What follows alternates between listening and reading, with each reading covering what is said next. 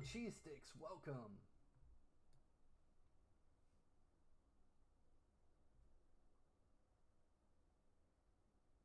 I don't know where that is.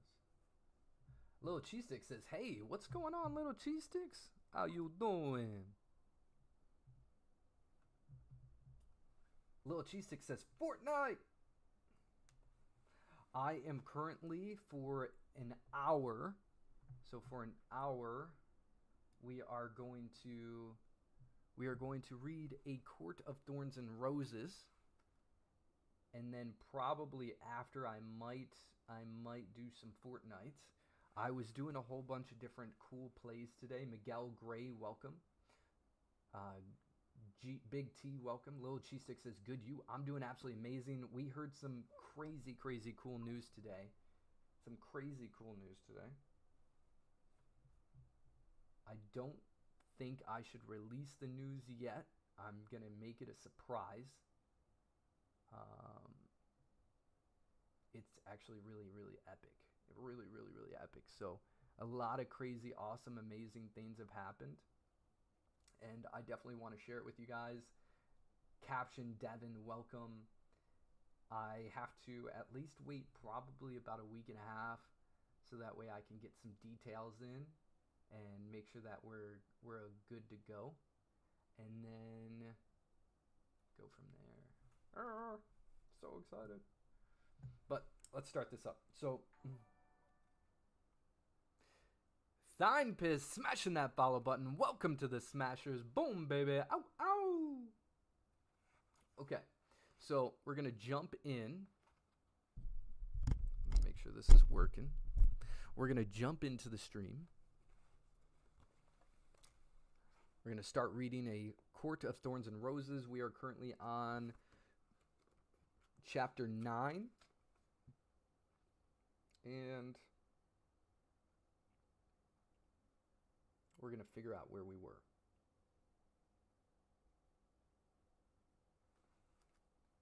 Let's just start from anywhere. We'll just figure out. His cocked head was answer enough.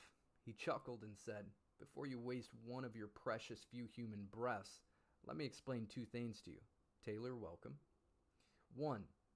If I had it my way, you'd be gone, so it wouldn't take much convincing on your part. 2. I can't have my way, because there is no alternative to what the treaty demands. There's no extra loophole. But, there has to be something. I admire your balls, Farah. I really do.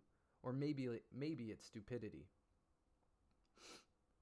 But since Tan won't gut you, which was my first choice, you're stuck here, unless you want to rough it out on your own in Perithian, which," he looked me up and down, "I'd advise against. No. I couldn't just stay here forever. Until I died? Maybe there's some other way. Or maybe someone else who could find a way out." I mastered my unevening breathing, shoving away the picketed bleeding thoughts. "A valiant effort," Lucian said with a smirk. I didn't bother hiding the glare I cut in his direction. We rode in on silence. And aside from a few birds and squirrels, I saw nothing, heard nothing unusual.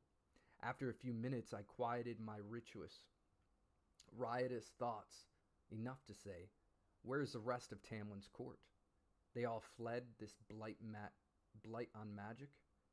"How'd you know about the court?" he asked so quickly that I realized he thought I meant something else. I kept my face blank. "Do normal estates have emissaries? And servants chatter? Isn't that why you made them wear bird masks to that party?" Lucian scowled, that scar stretching. "We each chose what we wanted to wear that night to honor Tamlin's shape-shifting gifts. The servants, too. But now, if we had the choice, we'd peel them off with our bare hands," he said, tugging on his own. It didn't move. "What happened to the magic that made it act that way?" Lucian let out a harsh laugh.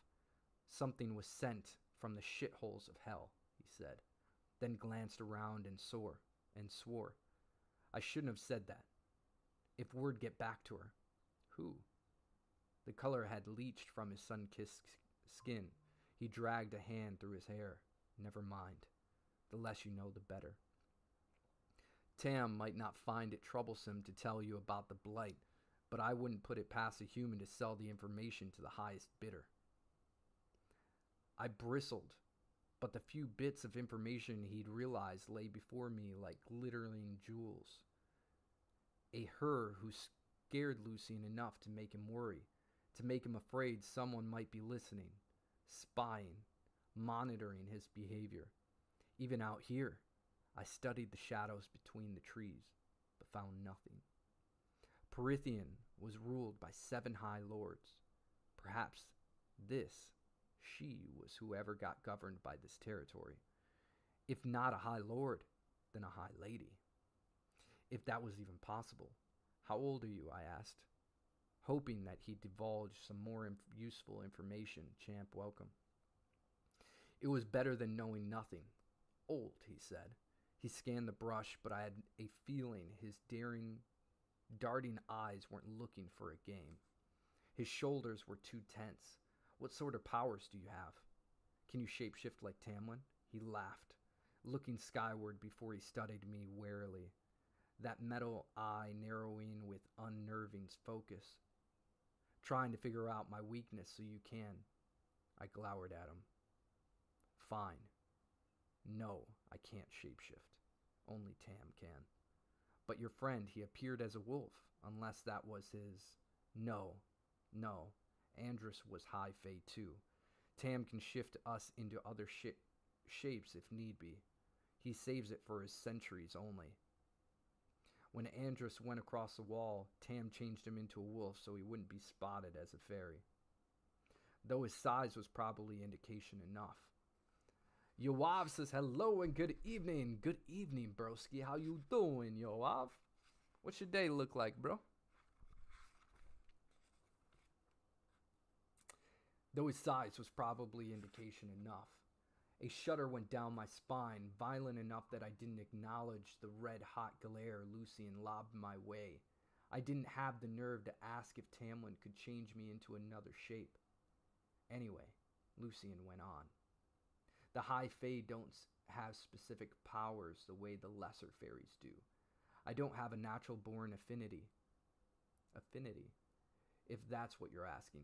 I don't clean everything in sight or lure mortals into watery depths or grant you answers or whatever questions you might have if you trap me. We just exist to rule. Yoav says, today it is 5/9, which in Japan it is known as Goku Day. Really? Why is 5/9 Goku Day? Is it the day he was created? I turned in the other direction, so he couldn't see as I rolled my eyes. I suppose if I were one of you, I'd be one of those fairies. Not high fae. A lesser fairy like Alice, waiting on you hand and foot. He didn't reply, which amounted to a yes. With that arrogance, no wonder Lucian found my presence as a replacement for his friend to be aberrant. And since he probably loathed me forever, since he'd ended up my scheming before it had even begun, I asked, how'd you get that scar? Yoav says, and for Goku Day, Bandai announced a new Dragon Ball arcade game called Dragon Ball Super Divers. What? So they got a new arcade game? That's pretty cool. Where could we... Do you know where to get one? Rylea, welcome.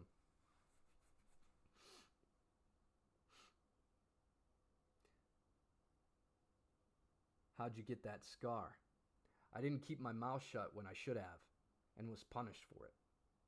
Tamlin did that to you. Cauldron. No, he wasn't there. But he got me the replacement afterward. More answers that weren't answered. So there are fairies who will actually answer any question if you trap them. Maybe they'd know how to free me if there was from this treaty term. Yes, he said tightly. The surreal. But they're old and wicked, and not worth the danger of going out to find them. And if you're stupid enough to keep looking so intrigued, I'm going to become rather suspicious and tell Tam to put you under the house arrest. Though I suppose you would deserve it if you were indeed stupid enough to seek one out.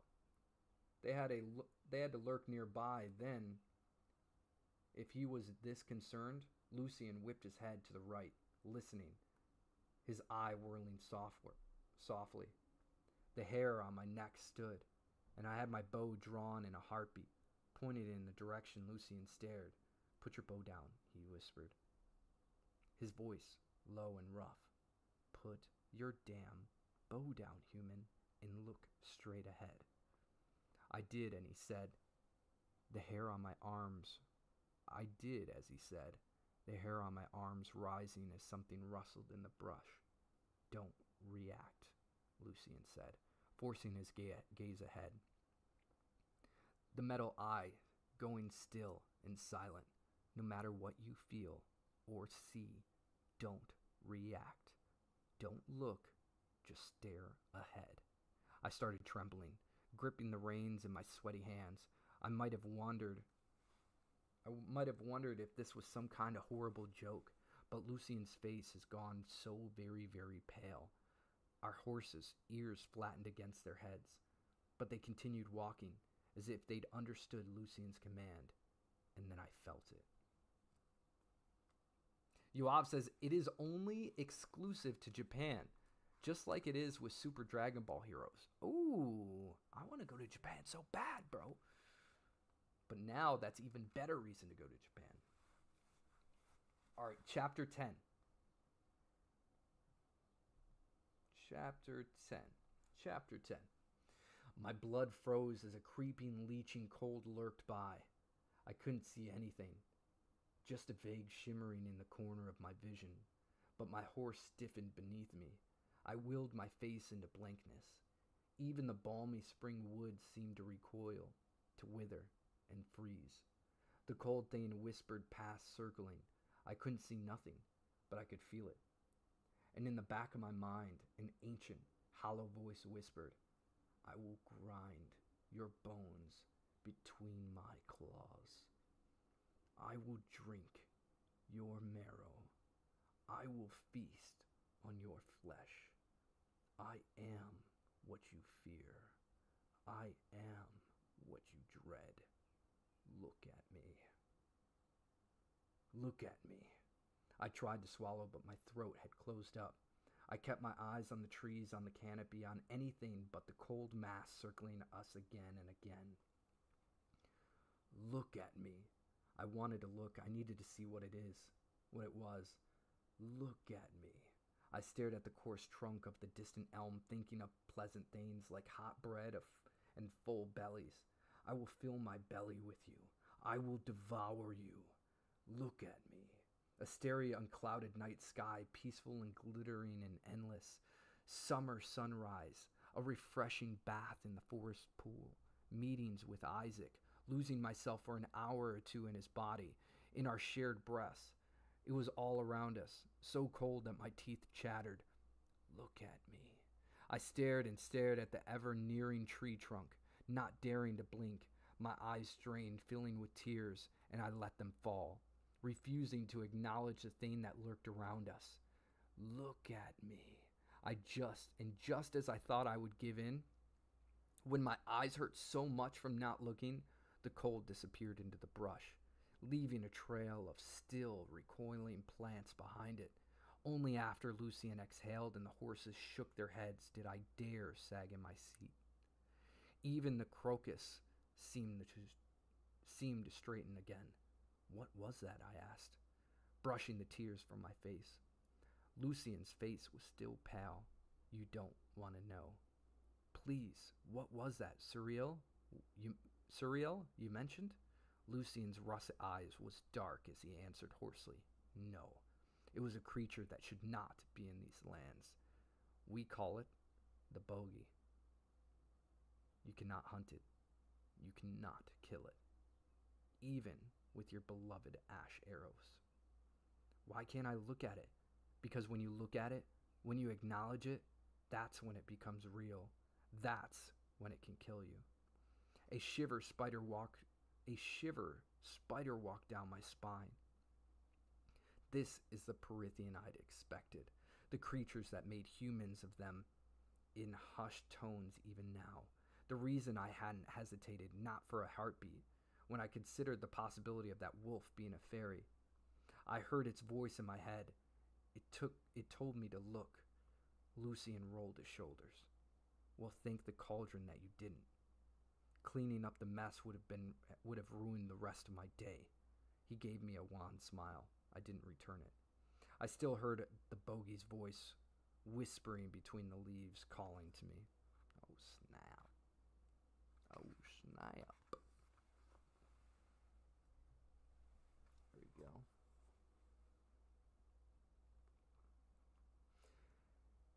After an hour of maundering through the trees, hardly speaking to each other, I stopped, trembling enough for him to turn. Enough to turn to him. So you're old, I said. And you carry around a sword and go on border patrol? Did you fight in the war? Fine. Perhaps I hadn't quite let go of my curiosity about his eye. Taylor Ann, welcome. He winced. Shit, Farah. I'm not that old.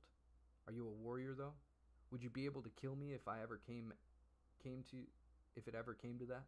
Lucian huffed a laugh. Not as good as Tam, but I know how to handle my weapons. He patted the hilt of his sword. Would you like me to teach you how to wield a blade, or do you already know how, O mighty mortal huntress? If you took down Andres, you probably don't need to learn anything. Only where to aim, right? He tapped on his chest. I don't know how to use a sword. I only know how to hunt. Same thing, isn't it? For me, it's different. Yoav says, since Super Dragon Ball Heroes is being discontinued, what is Super Dragon Ball Heroes?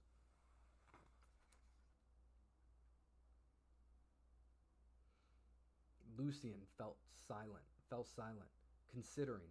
I suppose you humans are such hateful cowards that you would have wet yourself, curled up, and waited to die if you'd known beyond a doubt that Andrus truly was insufferable. Lucian sighed as he looked over at me. Do you ever stop being so serious and dull? Taylor Ann says, hey, do you want to play Fortnite, or do you have to have Discord? Do you want to play Fortnite, or do you have to have Discord? You do have to join my Discord if you do want to play Fortnite with me. So, very, very simple. Just go to my link in my bio, tree link. Go to Discord, click the three dots, open in browser. Join that, and you can most definitely, when I'm playing Fortnite, be able to play with me. Yoav says the promo anime that also has the arcade game in Japan. Oh, really? That's freaking cool. I wonder if you can get your hands on a couple. Let's see. I suppose you humans are such hateful cowards that you have wet yourself, curled up, and waited to die if you know beyond a doubt that Andrus truly was insufferable. Lucian sighed as he looked over at me. Do you ever stop being so serious and dull? Do you ever stop being such a prick? I snapped back. Dead? Really? Truly? I should have been dead for that, but Lucian grinned at me. Much better. Alice, it seemed, had not been wrong. Whatever tentative truce we built that afternoon vanished at the dinner table. Tamlin was lounging in his usual seat, a long claw out, encircling his goblet. It paused on the lip as soon as I entered. Lucian on my heels, his green eyes pinned me to the spot. Right.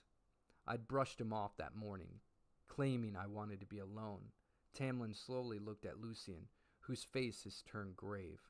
We went on a hunt, Lucian said. I heard, Tamlin said roughly, glancing between us as we took our seats. And did you have fun? Slowly his claw sank back into his flesh. Lucian didn't answer, leaving it to me. Coward. I cleared my throat. Sort of, I said. Did you catch anything? Every word was clipped out. No. Lucian gave me a pointed cough, as if urging me to say more. But I had nothing to say. Tamlin stared at me for a long moment, then dug into his food, not all that interested into talking to me either. Then Lucien quietly said, "Tam." Tam looked up, more animal than fey in those green eyes, a demand for whatever it was Lucien had to say. Lucien's throat bobbed. The bogey was in the forest today. The fork in Tamlin's hand folded it on itself. He said with lethal calm, "You ran into it?" Lucien nodded. It moved past but came close. It must have snuck through the border. Metal groaned as Tamlin's claws punched out, obliterating the fork. He rose to his feet with a powerful, brutal movement. I tried not to tremble at the contained fury, at how his canines seemed to lengthen as he said, "Where in the forest?" Lucien told him. Tamlin threw a glance in my direction before stalking out of the room and shutting the door behind him with unwavering gentleness. Lucien loosed a breath, pushed away a half-eaten food, and rumbling at his temples. "Where is he going?" I asked. Started toward the door. "To hunt the bogey. You said it couldn't be killed. That you can't face it. Tam can." Yuav says, and it's for the Nintendo Switch. I mean, there is a US import version of the game called Super Dragon Ball Heroes. Oh, okay, so you can get it on the Nintendo Switch. That's pretty cool.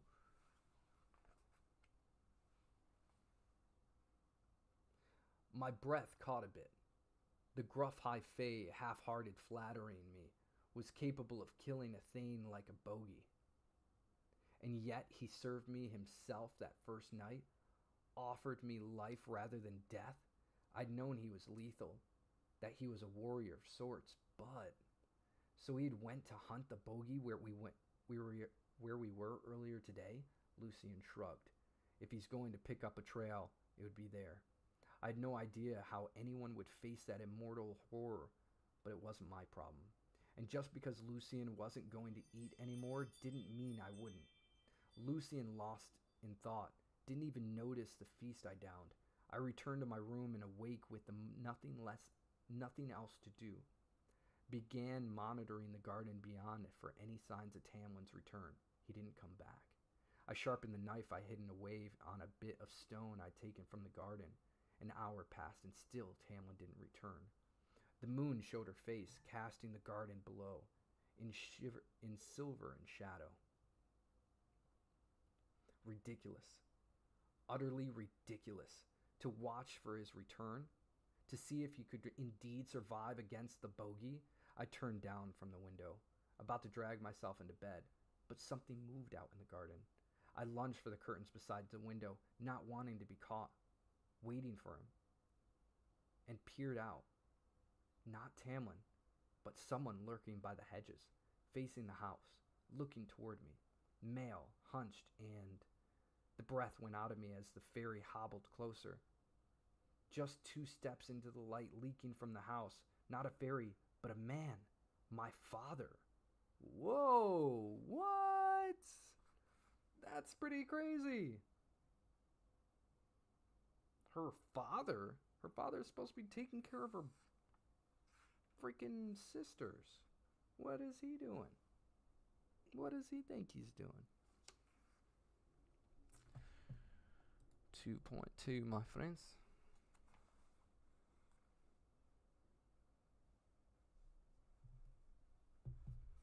Oh.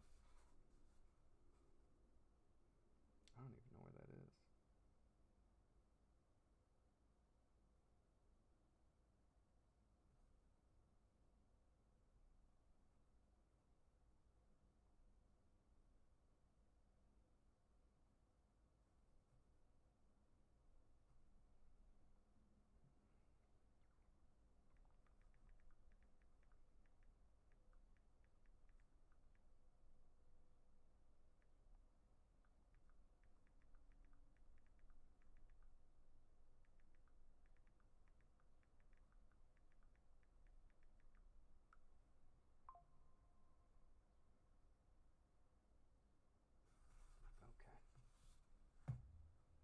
Bear with me, y'all.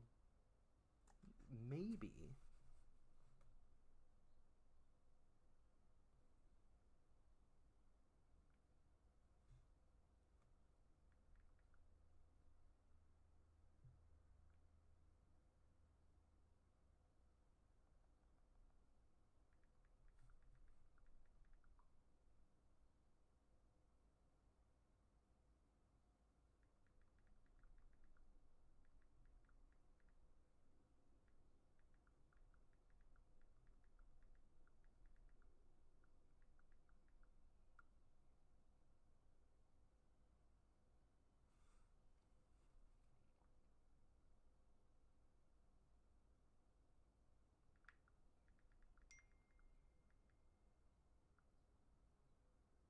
Brittany Laura, welcome. Brittany Laura sending out a heart. What a bossy boss to the max. Ow, ow. Okay, let's go back here. All right, here we go. So, just to recap real quick, Brittany smashing the like a button like a bossy boss. So, just to recap real quick, we're reading A Court of Thorns and Roses by Sarah J. Maas. We just ended chapter 10. At the end of chapter 10, we found out that she was looking into the garden, waiting for Tamlin to come out of the trees, hoping that he survived, or we're just wondering if he did survive. She looks out in the garden, sees somebody hobbling over, thinks it's a fairy. They get into the light and they find out that it's her dad. So really, really crazy. I want to dive into chapter 11 to find out what's actually going down. So that's where we're at. We're at chapter 11 of A Court of Thorns and Roses. Hunter, welcome. I also have not ate food today, so I do need to eat some food. But what should I get?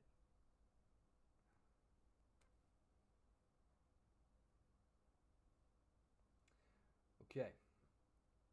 Food near me while we read chapter 11. I want something delicious. What kind of food sounds good for tonight, guys? Tell me in the comments. Chapter 11. I didn't give myself a chance to panic, to doubt, to do anything but wish I had stolen some food out of my breakfast table as I layered on tunic after tunic and bundled myself in a cloak. Stuffing the knife I'd stolen into my boot, the extra clothes into my satchel would just be a burden to carry. My father? My father had come to take me? To save me? That's what she's thinking, huh? Brittany Laura says steak sandwich, burrito, rice bowls. Ooh. That does sound good. I have like let's see if this would give a good thing. Catherine, welcome. I have a steak, like the steak meat. Burrito does sound good. Rice bowl sounds good. Burrito rice bowl. Oh, it all sounds delicious. Let's look it up. Well, this one says burrito bar. Burrito bar. I've never went there. Have you ever went to burrito bar? Catherine Lawson. Yes, I remember you. You're a bossy boss. Kayla, welcome. Have you ever had burrito bar?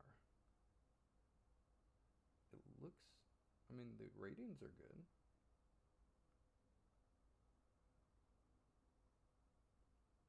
My mouth is watering.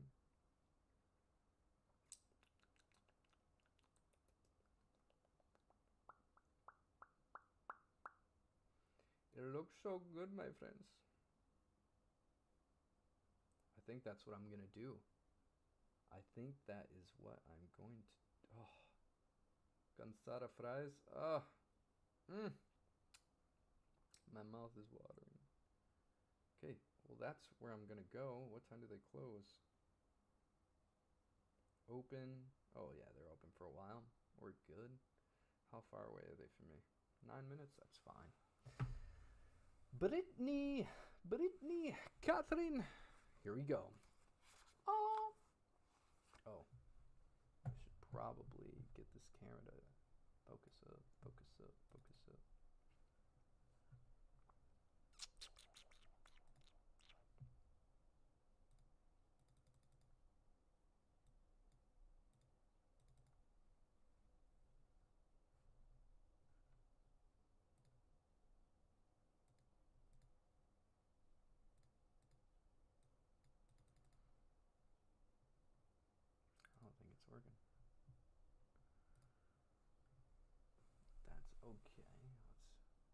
cover it up and then do that maybe. If I flick it. No?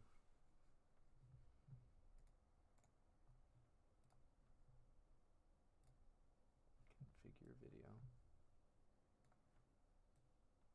Oh, now you want to go on blurry. I like it. I like it. Cool. We'll just keep that up then. Here we go.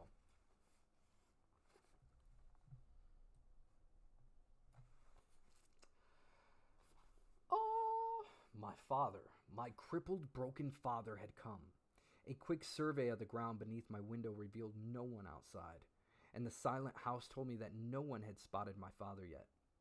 He was still waiting by the hedge, now beckoning to me. At least Tamlin did not return. With a final glance at my room, listening for anyone approaching from the hall, I grasped the nearby trellis of wisteria and eased down the building. I winced at the crunch of gravel beneath my boots, but my father was already moving toward the outer gates, limping along with his cane. How had it even gotten here? There had to be horses nearby then. He was hardly wearing enough clothing for the winter that would await us once we crossed the wall, but I'd layer on so much that I could spare him some items if he need be. Keeping my movements light and silent, carefully avoiding the light of the moon, I hurried after my father. He moved with a surprising swiftness toward the darkened hedges and the gate beyond. Only a few hall candles were burning inside the house. I didn't dare breathe too loudly. Didn't dare call for my father as he limped toward the gate. If we left now, if he indeed had horses, we could be halfway home by the time they realized I was gone. Then we'd flee Tamlin, flee the blight that could soon invade our lands. My father reached the gates. They were already open, the dark forest beyond beckoning. He must have hidden the horses deeper in. He turned toward me, that familiar face drawn and tight, those brown eyes clear for once, and beckoned. Hurry, hurry. Every movement of his hand seemed to shout. My heart was a raging beat in my chest, in my throat. Only a few feet now. To him, to freedom, and to life, and to a new life. A massive hand wrapped around my arm. Going somewhere? Shit. Tamlin's claws poked through my layers of clothing as I looked up to him in unabashed terror. I didn't dare move, not as his lips thinned and the muscles in his jaw quivered. Not as he opened his mouth and I glimpsed fangs, long throat-tearing fangs shining into the moonlight. He was going to kill me right there, and then kill my father.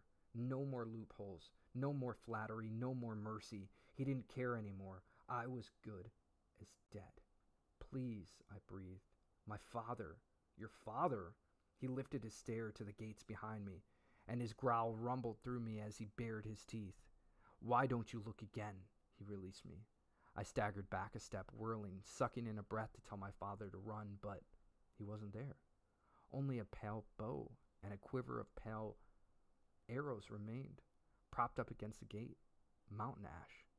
They hadn't been there for moments before. Hadn't. They rippled, as if there was nothing but water. And then the bow and quiver became a large pack, laden with supplies. Another ripple. And then there were my sisters, huddled together, weeping. My knees buckled. What is? I didn't finish the question. My father now stood there, still hunched and beckoning, a flawless rendering. Weren't you warned to keep your wits about you? Tamlin snapped. That your human senses would betray you? He stepped beyond me and let out a snarl so vicious that whatever the thing was by the gates shimmered with light and darted out as fast as the lightning streaking through the dark. Fool, he said to me, turning. If you were ever going to run away, at least do it in the daytime. He stared me down, and the fangs slowly retracted. The claws remained. There were worse things than a bogey prowling through the woods at night. That thing at the gates isn't one of them, and it still would have taken a good long while devouring you. Somehow my mouth began working again. And of all the things to say, I blurted, "Can you blame me? My crippled father appears beneath my window and you think I'm not going to run for him? Did you actually think I'd gladly stay here forever, even if you take care of my family?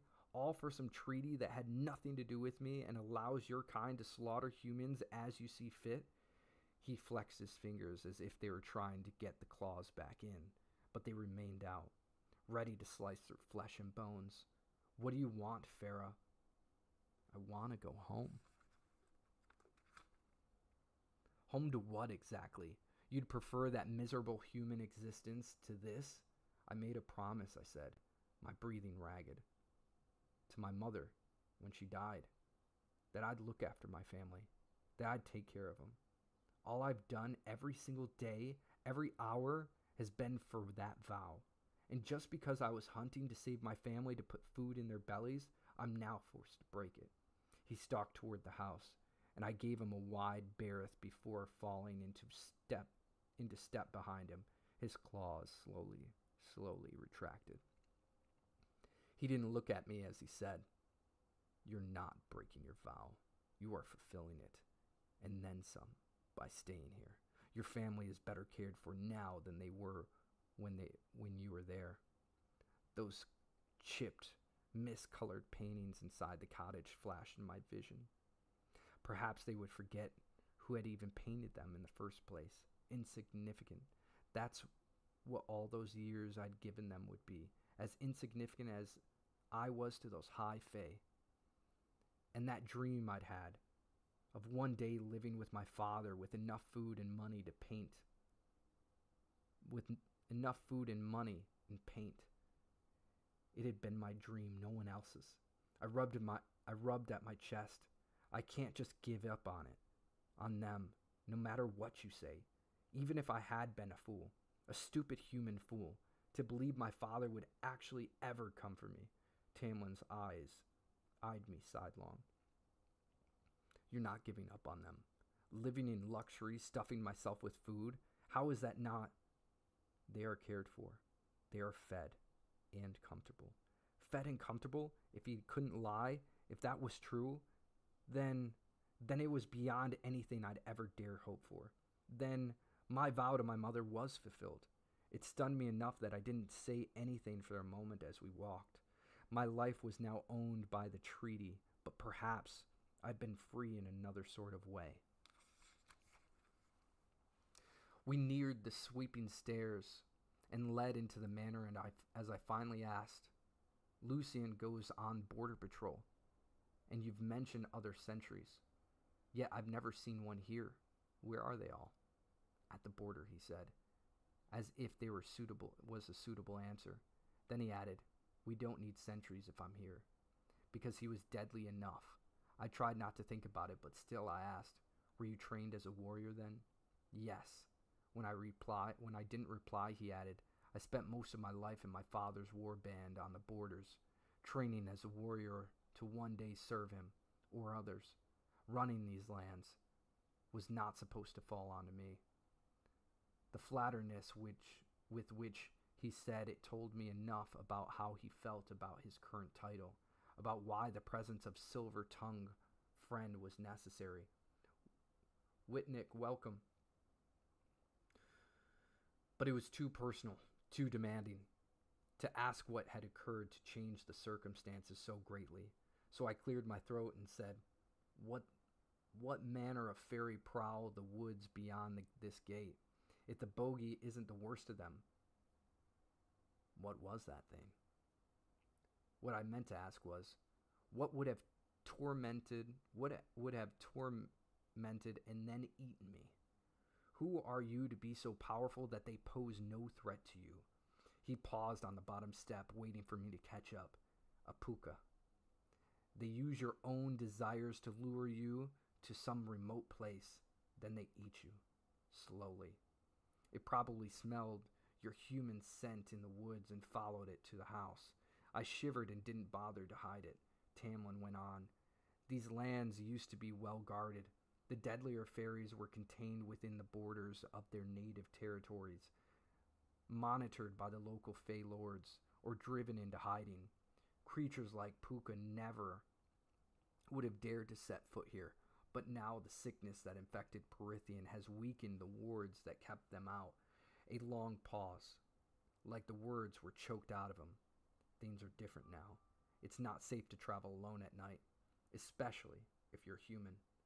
Because humans were defenseless as babes compared to the natural born. As the natural-born predators like Lucian and Tamlin, who didn't need weapons to hunt.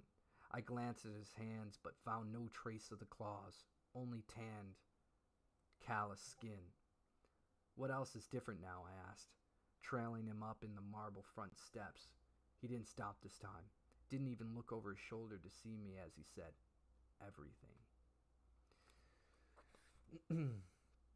So I truly was to live there forever, as much as I longed to ensure that Tamlin's word about caring for my family was true, as much as his claim that I was taking better care of he was taking better care of my family by staying away. Even if I was truly fulfilling that vow to my mother by staying in Perithian, without the weight of that promise, I was left hollow and empty. Over the next 3 days, I found myself joining Lucian and Andra's old patrol while Tamlin hunted the grounds for the bogey. Unseen by us, despite being an occasional bastard, Lucian didn't seem to mind my company, and he did most of the talking, which was fine. It left me to brood over the consequences of firing a single arrow. An arrow. I never fired a single one during those 3 days we rode along the border. That very morning, I'd spied a red doe in the glen and aimed out of instinct. My arrow poised and fly right into her eye as Lucian sneered that she was not a fairy, at least. Oh, damn. But I'd stared at her, fat and healthy and content, and then slackened the bow, replaced the arrow in my quiver, and let the doe wander on. I never saw Tamlin around the manor off hunting bogey day and night. Lucy informed me. Even at dinner, he spoke little before leaving early. Off to continue his hunt, night after night. I didn't mind his absence. It was a relief, if anything. On the third night after my encounter with the puka, I'd scarcely sat down before Tamlin got up, giving an excuse about not wanting to waste hunting time. Lucian and I started after him for a moment. What I couldn't see of Lucian's face was pale and tight. You worry about him, I said. Lucian slumped to his seat, woolly, undignified for a Fey Lord. Tamlin gets into moods. He doesn't want your help hunting the bogey. He prefers being alone and having the bogey on our lands. I don't suppose you'd understand. The puka are minor enough not to bother him, but even after he's shredded the bogey, he'll brood over it. And there's no one who can help him at all. He would probably shred them for disobeying his orders to stay away. A brush of ice slithered across my nape. He would be that brutal. Tootie Big, welcome. He would be that brutal. Lucian studied the wine in his goblet. Fireheart says, are you loving the book? I keep missing your lives. I am loving it. I am absolutely loving it. We can take a moment for a second and do a recap. So the recap, we are currently on chapter 11 of A Court in Thorns and Roses. She just saw what is it called? Surreal? She just saw her quote-unquote dad in the garden, and she went to chase after him. Turns out that it's not her dad, that Tamlin was out there to kind of protect her and let her know, like, hey, that wasn't him. That thing was going to eat you slowly.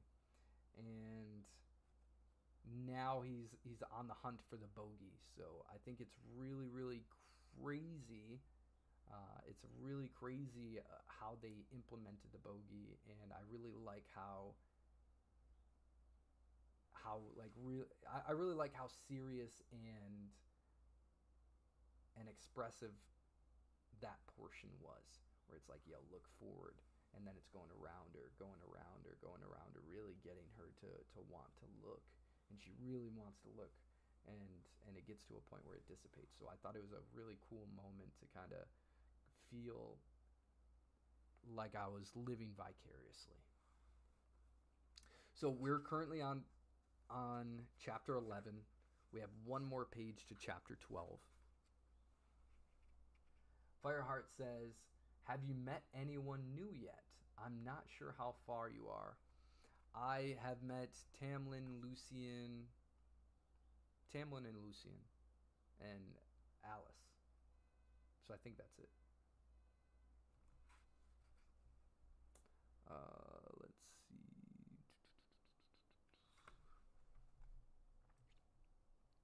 Cool. So we got about 11 more minutes. So let's get through this portion here in a second. Fireheart says, okay, so you haven't met my bestie yet. I don't think I have. I have not met anybody else new. That character that you were mentioning, we have not came across that character yet. You said your best friend, huh?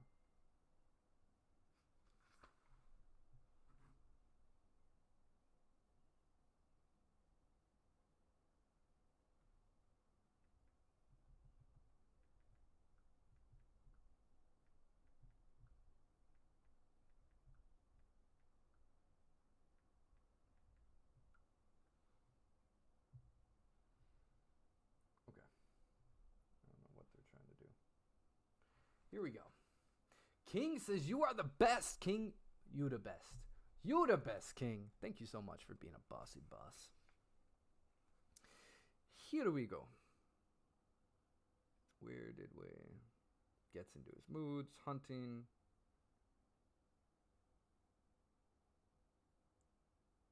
Brush. Here we go. He would be that brutal. Lucian studied the wine in his goblet. You don't hold on to power by being everyone's friend. And amongst the fairies, lesser and high fae alike. A firm hand is needed. We're too powerful and too bored with immortality to be checked by anything else. It seemed like a cold, lonely position to have, especially when you didn't particularly want it. I wasn't sure why it bothered me so much. The snow was falling, thick and merciless, already up to my knees as I pulled the bowstring back, farther and farther until my arm trembled. Behind me, a shadow lurked. No, watched. I didn't dare turn to look at it, to see who might be within that shadow, observing, not as a wolf stared at me across the clearing, just staring, as if waiting, as if daring me to fire that ash arrow. No, I didn't want to do it. Not this time. Not again. But I had no control over my fingers, absolutely none, and he was still staring as I fired. One shot straight through that golden eye. A plume of blood splattered the snow. A thud of a heavy body. A sigh of wind. No, it wasn't a wolf that hit the snow. No, it was a man, tall and well-formed. No, not a man. A high fae with those pointed ears. I blinked, and then my hands were warm and sticky with blood. Then his blood was red and skinless, steaming in the cold, and it was his skin that I held in my hands, and I threw myself awake, sweat slipping down my back, and forced myself to breathe, to open my eyes and note each detail of the night dark bedroom. Real. This was real. But I could still see the high fae male face down in the snow, my arrow through his eye, red and bloody all over from where I'd cut and peeled the skin off. Bile stung my throat. Not real, just a dream. Even if what I'd done to Andrus, even as if a wolf, I scrubbed my face. I scrubbed at my face. Perhaps it was quiet, the hollowness of the past few days. Perhaps it was only that I no longer had to think hour to hour about how to keep my family alive. But it was regret and maybe shame that coated my tongue and my bones. I shuddered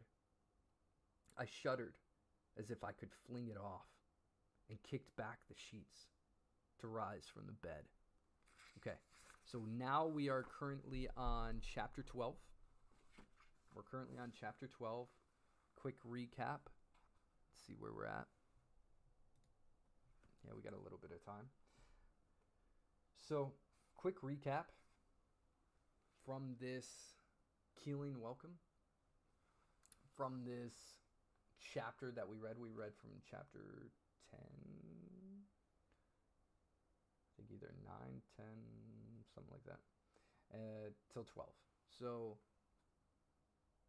basically Farah is having this back to back thought in her head that she needs to fulfill her promise with her mom. Before her mom died, she made a promise saying that she's going to take care of her family at all costs. Now she feels like she isn't fulfilling that. And it's kind of haunting her because she knows she can take care of her family better than anybody else. Tamlin just gave her reassurance by saying, hey, you are fulfilling your mom's promise by staying here, that your family is taken care of. It's kind of gave her a little bit of relief, but also it's like if she doesn't have something to chase, like where's her mind going to go? And we're seeing that her mind is going to the thought of how she killed a man when she, quote unquote, thought it was a wolf. And now she's having regrets, and she's having those types of thoughts, and they're leaking into her dreams. And she just had, let's say, a flash or a nightmare almost of the man that she ended up killing. So she woke up from the dream and is still seeing the man face down in the snow with an arrow shot through his eye. Jeremy, welcome. And blah blah, welcome. And for the author to write this story and for me to read and be able to see it like it's a movie is incredible. So claps to Sarah J. Maas, and good thing I know I'm on chapter 12. Claps to Sarah J. Maas for really creating a book that has me in tune and wanting to know more, and being able to see it like it's a movie I think is absolutely incredible. Fireheart, welcome back. So yeah, that's our recap so far. What do we think is going to happen? One thing that I was kind of anticipating when that her dad was quote unquote in the garden, I was like, I didn't think it was her dad, but I also, if it was her dad, I think that he wasn't there for her. So that's what I was kind of anticipating, that if it was her dad, that he wasn't necessarily there for her.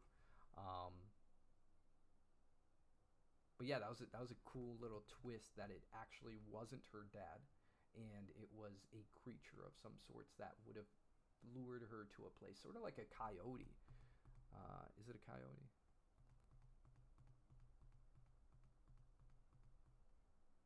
I think so, if I'm thinking right.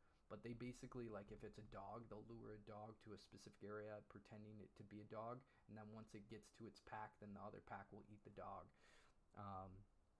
So kind of like that same feeling. So now we're on chapter 12. What do we think is going to happen? We know that she woke up with a bad dream. She's like, hey, I'm having this guilt. Where do we think it's going to go from there? I have no idea. We know that she wants somebody to potentially help Tamlin. She knows if anybody is down to help Tamlin, that, where am I, 12? Yep. Let me put my bookmark in there. That if anybody is down to help Tamlin, that Lucian believes that they'll get tore to shreds for even attempting. So he's kind of like a lone body, likes to do things by himself. I wonder if she's going to have some play in on that, because she was pretty frightened about the bogey. I definitely think the bogey is going to come in play again. I think she'll have to face it, because it was definitely something that they're bringing up a lot, that the only thing that could kill it is Tamlin. So I think it would be kind of cool, and I don't know. I think it would be kind of cool if she was the one who killed it, because it's unheard of.